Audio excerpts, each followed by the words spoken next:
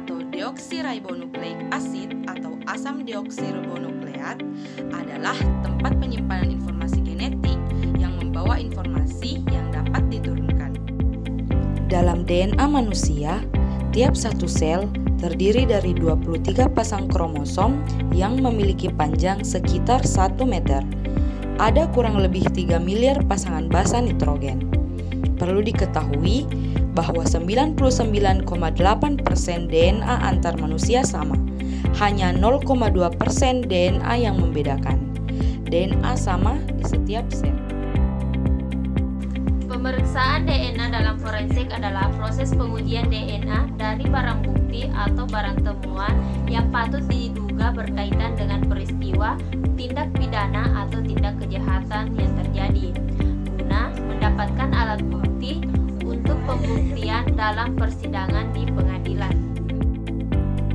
Di TKP pasti ada DNA. Barang bukti sama dengan DNA yang dibagi menjadi 3 bagian, yaitu yang pertama, barang bukti emas, yaitu barang bukti yang bisa menerangkan hubungan korban dan pelaku. Yang kedua, barang bukti perak, yaitu barang bukti yang bisa menerangkan identitas korban. Yang ketiga, barang bukti perunggu, yaitu barang bukti yang bisa menerangkan identitas pelaku. Sumber DNA atau sampel biologis manusia biasanya diambil dari cairan, yaitu darah, air liur, cairan semen atau sperma, air seni atau urin. Bukan cairan seperti jaringan otot, tulang, gigi, akar rambut, kuku, dan sel epitel. Ada 4 teknik yang dilakukan dalam pengambilan sampel DNA. Yang pertama itu teknik swabbing atau teknik usapan. Teknik swabbing ini menggunakan alat swab yang berbentuk kapas lidi yang sudah steril. Yang kedua, teknik cutting atau proses pengambilan sampel DNA material biologis berupa bercak darah yang tertinggal pada barang bukti. Mau itu barang bukti yang ditinggalkan oleh korban ataupun barang bukti yang ditinggalkan oleh pelaku. Contoh barang buktinya terdapat noda darah di atas spray. Kita hanya menggunting bagian sebesar noda tersebut tanpa mengambil keseluruhan spray. Yang ketiga itu teknik wrapping atau proses pengambilan sampel DNA material biologis berupa bercak darah yang sudah kering dan tertinggal pada barang bukti. Contoh barang bukti tersangka atau barang bukti yang tertinggal oleh korban, yang kemudian dikerik dengan menggunakan alat steril dan disimpan di dalam amplop. Terus yang keempat itu teknik tapeless, yaitu proses pengambilan sampel DNA material biologis berupa sel epitel yang tertinggal pada barang bukti. Contoh barang bukti tersangka atau barang bukti yang ditinggalkan oleh korban, dengan cara menempelkan selotip ke barang bukti kemudian dimasukkan. Mekanisme penyajian DNA. Yang pertama, melakukan penyelidikan, dan selanjutnya mengumpulkan barang bukti, dan selanjutnya lab DNA, dan setelah itu dilakukan pemeriksaan DNA, dan yang terakhir surat keterangan ahli. Proses pengambilan DNA diawali dengan melakukan penyelidikan.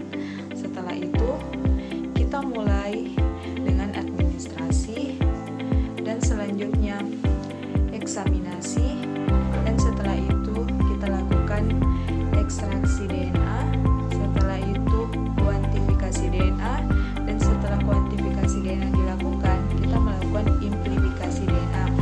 Nah, selanjutnya kita lakukan separation DNA, dan yang terakhir yaitu analisis profil DNA.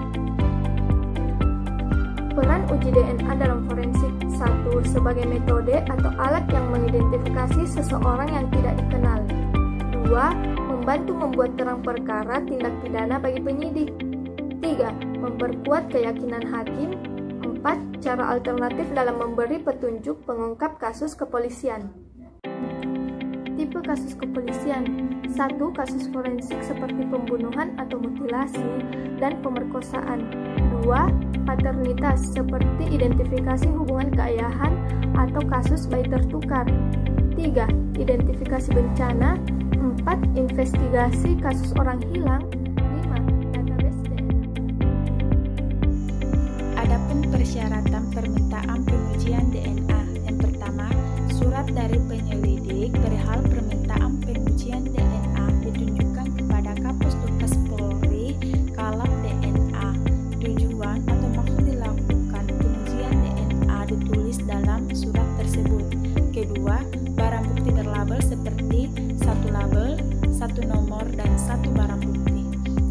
ketiga, berita acara pembungkusan, persegelan, dan pelabelan barang bukti.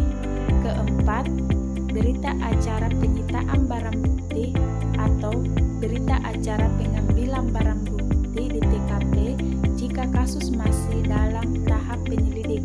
Kelima, laporan polisi. Keenam, laporan hasil penyelidik atau resume jika ada.